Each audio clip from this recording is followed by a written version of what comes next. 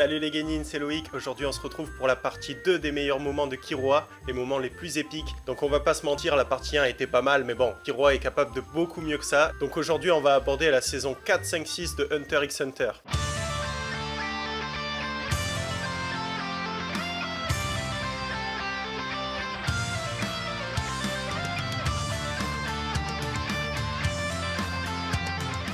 Et on commence avec Killua qui repasse son examen Hunter. Pour rappel, la première fois il avait largement le niveau de l'avoir, mais bon il l'a pas eu parce qu'il a tué un participant, donc il a été disqualifié. Alors là, la première épreuve est simple. Pour éliminer un maximum de participants, il faut que chaque Hunter réussisse à choper 5 badges sur ses adversaires. Donc en gros que chaque participant arrive à vaincre 5 personnes pour passer à l'épreuve suivante. Donc Killua commence, on voit qu'il élimine très facilement ses 5 premiers adversaires, mais il va pas s'arrêter là. Cette année, ce fou, il est bien déterminé à être le seul à passer son examen et à avoir son examen Hunter, donc il va assommer absolument tous les participants, amis comme ennemis. Au bout d'une heure et demie, l'examinateur se demande quand même qu'est-ce qu'ils font, comment ça se fait que ça prend aussi longtemps, et là Killua se présente devant lui avec un énorme sac de badges. Donc voilà, c'était un petit moment bien sympathique qui nous met dans le train pour la suite.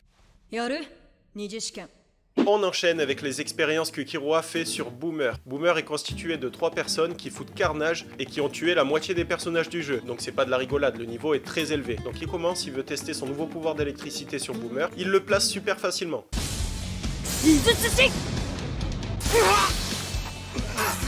Ensuite il enchaîne avec des yo-yo qu'il a achetés sur le bon coin, il les balance et en fait les yo-yo sont méga lourds, ils pèsent 50 kg chacun, donc leur pouvoir de destruction est immense, surtout quand il ajoute de la vitesse et de la rotation.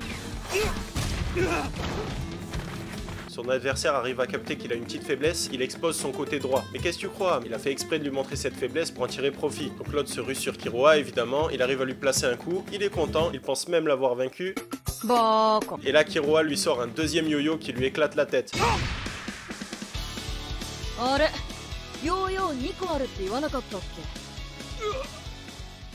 Et on enchaîne avec Killua qui se fait tirer dessus par Ikarugo. Killua se prend quelques balles par Ikarugo, puis il décide d'utiliser son in pour repérer les balles qui rentrent dans son périmètre, et grâce à sa super vitesse, le mec il arrive même à choper Ikarugo qui est 20 km plus loin. Il rentre dans la petite caverne, il se dit c'est bon, je suis tiré d'affaire, s'il me suit il va tomber sur tous mes potes qui vont le défoncer, mais en fait la scène elle dure genre 1 seconde et demie. Killua rentre, il l'éclate, il ressort. En top 2, la partie de fléchette avec les 2 fourmis chimères. Killua se fait prendre au piège par l'attaque de l'ennemi, et là on se dit que Killua est cuit. Même si t'es un grand fan de Killua, tu te dis comment c'est possible que le mec il contre cette attaque, alors qu'on sait pas d'où elle vient, et apparemment elle touche sa cible immédiatement. Tu peux pas la parer, tu peux pas l'esquiver, tu peux rien faire. Mais mon ami, t'as sous-estimé Killua ou quoi? Le mec c'est un dingue. Et comme il est habitué au jeu de fléchette, il arrive même à compter les points en fonction des endroits où il se fait attaquer. Et il sait où va se passer la dernière attaque. Il sait qu'elle va tomber sur sa tête en plein milieu de son front. Il se fait toucher par l'attaque ennemie, enfin du moins c'est ce qu'on croyait, et quand les fourmis chimères pensent avoir gagné, elles se font arracher la tête en 1 seconde.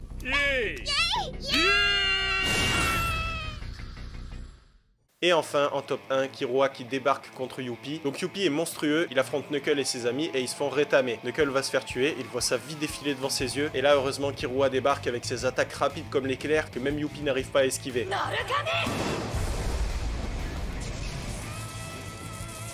Il lui met une bonne tannée et il repart comme un beau gosse.